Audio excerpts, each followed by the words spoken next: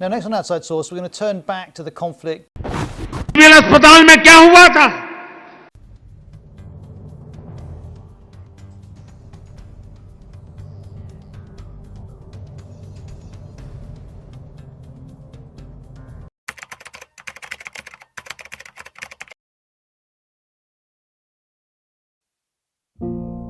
भारत में मीडिया का मालिक कौन है? अधिकांश प्रमुख मीडिया कंपनियां बड़े कॉन्ग्लोमरेट्स के स्वामित्व में है। यह एक बहुत बड़ा नुकसान है और भारतीय आबादी के बड़े पैमाने पर मीडिया को फॉलो करने वाले जनता को गुमराह करता है। आमतौर पर भारतीय मीडिया गंदा और भ्रष्ट है। स्थिति इस मंच तक खराब हो गई है कि यदि द्रव्यमान समाचार का अनुसरण नहीं करता है, वह बिना सूचना के होते हैं, लेकिन यदि वह समाचार का पालन करते हैं तो वह गलत सूचना देते हैं। पैसा यहाँ प्राथमिक मकसद है। समाचार एजेंसियां लालची, लूटने वालों और राजनीतिज्ञों के हाथों में कठपुतली है, जो अपने गंदे व्यवसाय को छिपाते हैं और चुनाव जीतते हैं, जिससे वे सत्ता में आते हैं। सत्ता में आने के लिए आवश्यक मकसद पैसा है, इसलिए सिस्टम को नुकसान हो रहा है पैसे के मकसद के इर्द गिर्द। यह एक गहरी जड़ है जिसे केवल कम किया जा सकता है और पूरी तरह समाप्त नहीं किया जा सकता है। मुख्य धारा की मीडिया नाजुक है। पैसों के लालच में बहकर किसी भी न्यूज़ चैनल की बढ़ी हुई टीआरपी के लिए सिर्फ हास्यास्पद खबरें डालते हैं और विडंबना यह है कि उन्हें भारी जन समर्थ भी मिलता है। विश्व प्रेस स्वतंत्रता सूचकांक में 180 देशों में से भारत 142nd पोजीशन पे आता है। ये भारत प्रेस की दुर्दशा, उसकी पारदर्शिता, मीडिया की स्वतंत्रता, मीडिया का माहौल, उनकी आत्म सेंसरशिप और पत्रकारों की सुरक्षा के बारे में बहुत अच्छी तरह से बताता है। हमारे देश में इसका प्रमुख उदाहरण यह है।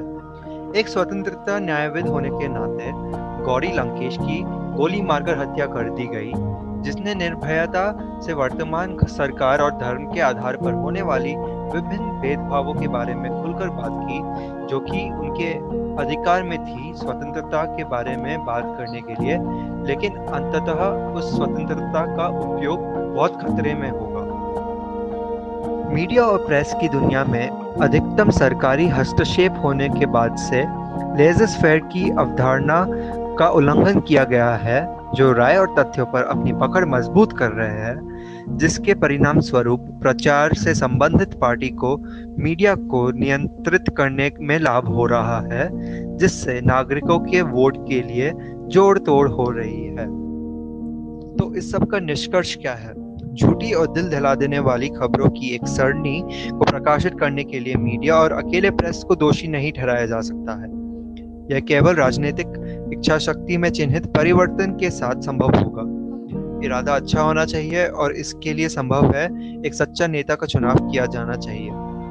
सही नेता तभी चुना जा सकता है जब हम जिम्मेदार नागरिक अपने तर्कसंगत विचारों को उसमें रखेंगे और उस द्रव्यमान का आंख बंद कर अनुसरण नहीं करेंगे जो वह मीडिया द्वारा प्रकाशित करता है। व्यवहारिक रूप से इस बिंदु पर वापस नहीं मुड़ा जा सकता है। दुनिया लालची राजनेताओं, मंत्रियों और नेताओं द्वारा चलाई जाती है। यह प्रणाली बहुत ही गंभीर रूप से दोषपूर्ण है। लोगों की राय मीडिया पर दिखाई जाने वाली चीजों से बदल रही है। विचारधारणाएं प्रभावित होती है। नफरत की संस्कृति बढ़ रही है। व्यूअरशिप के लिए क्लिकबेट का बढ़ावा दिया जा रहा है। महत्वपूर्ण जानकारी और सूचनाएं कचरे में है। तैमूर अली खान का छोटा भाई अब प्रेस का ध्यान आकर्षित करने के लिए पूरी तरह तैयार है। प्रामाणिकता और वैधता रद्द कर दी गई है। इस सब के लिए एकमात्र कारण है पैसा। अभी मैं पंजीकृत प्रकाशनों का विश्लेषण करना चाहता हूँ। भारत के लिए समाचार पत्र के रजिस्टर के साथ पंजीकृत प्रकाशनों की संख्या ने एक बढ़ती प्रगति दिखाई है।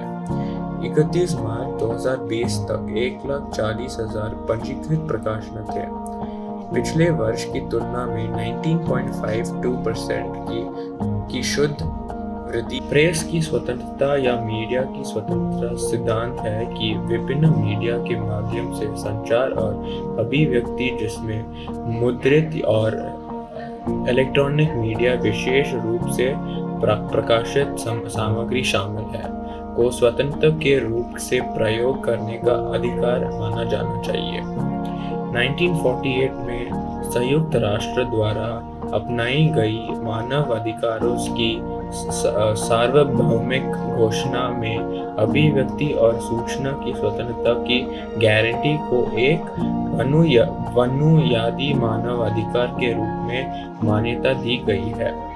यह कहा जा रहा है जब कोई अभिव्यक्ति की स्वतंत्रता व्यक्ति करता है तो उस मौत की धार्मिकता मिलती है और सूचना की स्वतंत्रता है। जहां किसी को सूचना प्रकाशित करने और उपयोग करने का अधिकार है। जब जानकारी प्रकाशित की जाती है तो यह गलत एकत्र करना संभव है या प्रकाशित नहीं किया जा सकता, क्योंकि कॉर्पोरेट मीडिया लालची शक्तिशाली मालिकों से प्रभाव है जिनके पास मजबूत राजनीतिक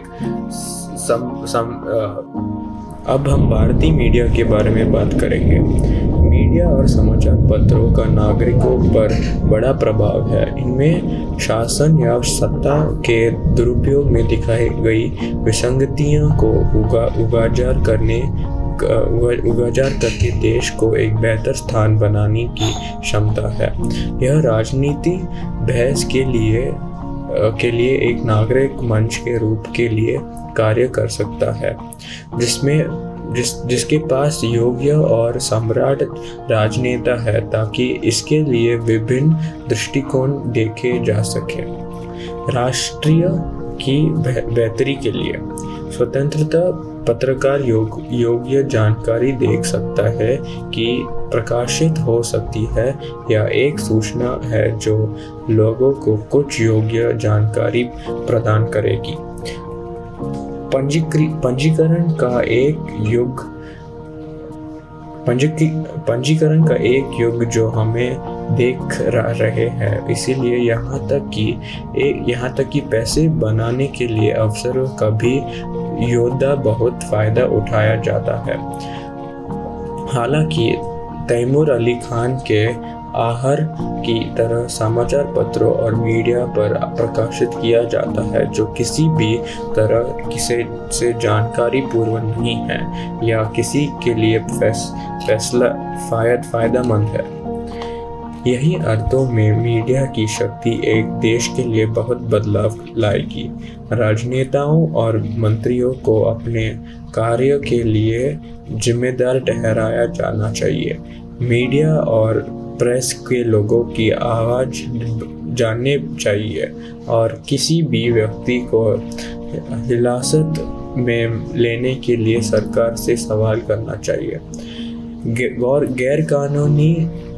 गैरकानूनी तीक्ष्णा जो राष्ट्र को नुकसान पहुंचा सकती है, लेकिन यह सब संभव नहीं होगा जब स्वयं प्रधानमंत्री मीडिया के सामने या स्वतंत्र पत्रकार के सामने भी भारत के लोगों के सवाल का जवाब देने चाहिए।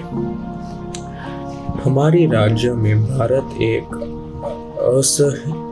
असहिष्णु देश है। लोग दूसरे लोगों को विभिन्न मतों या विचारों से सही नहीं ले सकते।